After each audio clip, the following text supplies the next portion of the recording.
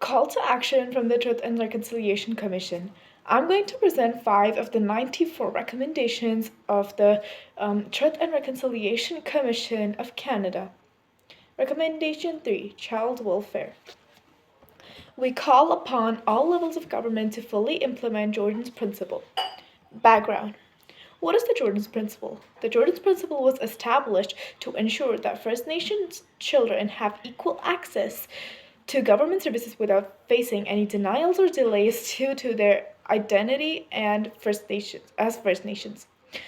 This principle was named after Jordan River Anderson, a young boy of the Norway House Cree Nation in Manitoba. Born in 1999, he had faced multiple disabilities and stayed in the hospital since birth. He was in the hospital until he passed away at the age of 5. Why was this recommendation incorporated? Advised by the doctors to go to a special home for medical needs, the federal and provincial government could not agree on who should pay for his care. His death was caused due to the dispute over payments and the irresponsible behavior of the government towards First Nations. As a result, the principle was created in 2007 and added to the TRC to make sure that the principle is fully implemented. Recommendation 14, Section 1, Education. Aboriginal languages are a fundamental and valued element of Canadian culture and society, and there is an urgency to preserve them. Indigenous groups like the Beothuk went extinct under the rule of the European powers. Another example of extinct indigenous group is the Taino people of the Caribbean under the Spanish power. Diseases brought by the Europeans erased several native tribes, taking away many languages too. Indigenous culture was assimilated in several ways: the Indian Act, residential schools, British and French terror.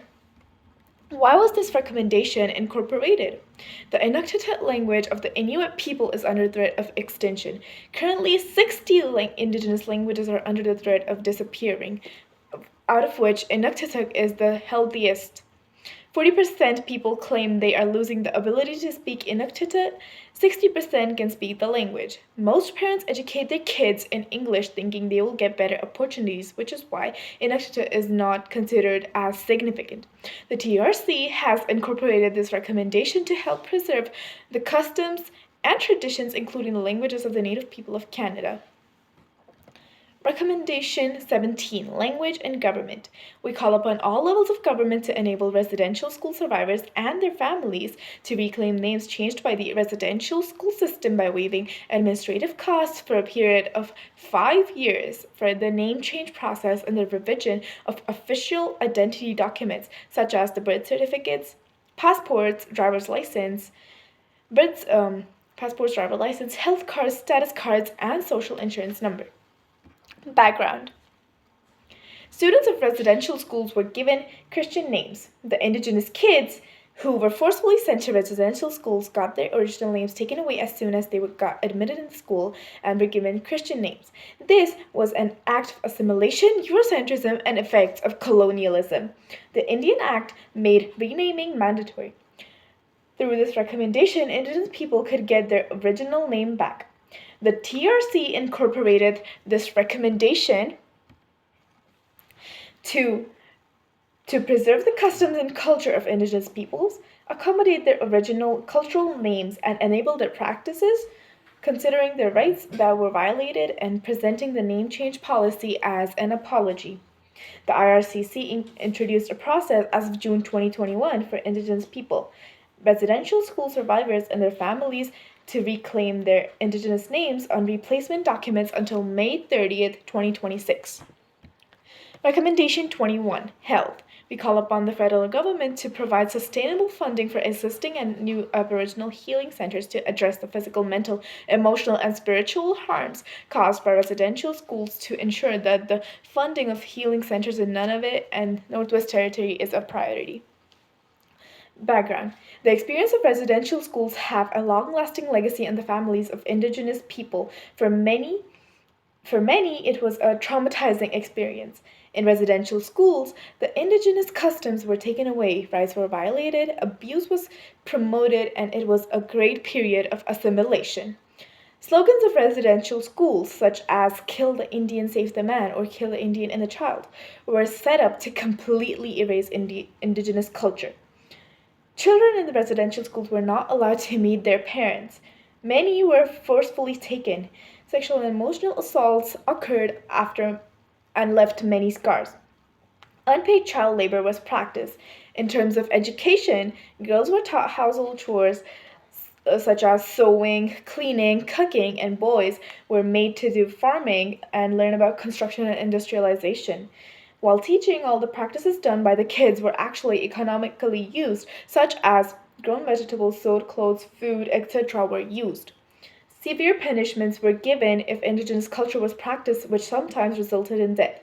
The TRC had shared the number of 2,800 children dying in 139 residential schools operating in Canada.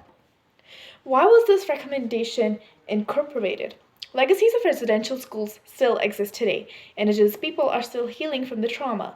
Children of Indigenous people go through bad parenting due to the experience the people in the residential schools experienced.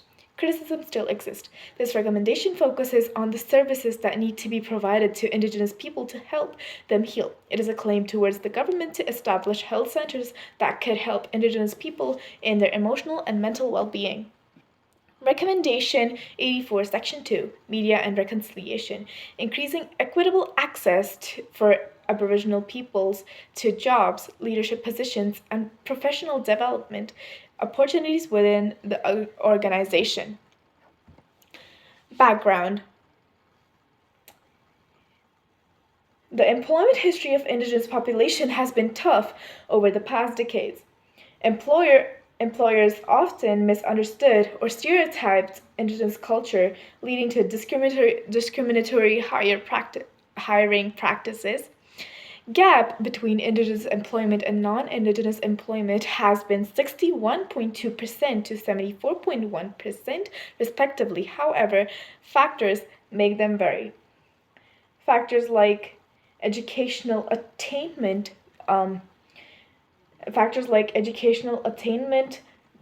make the percentage differ.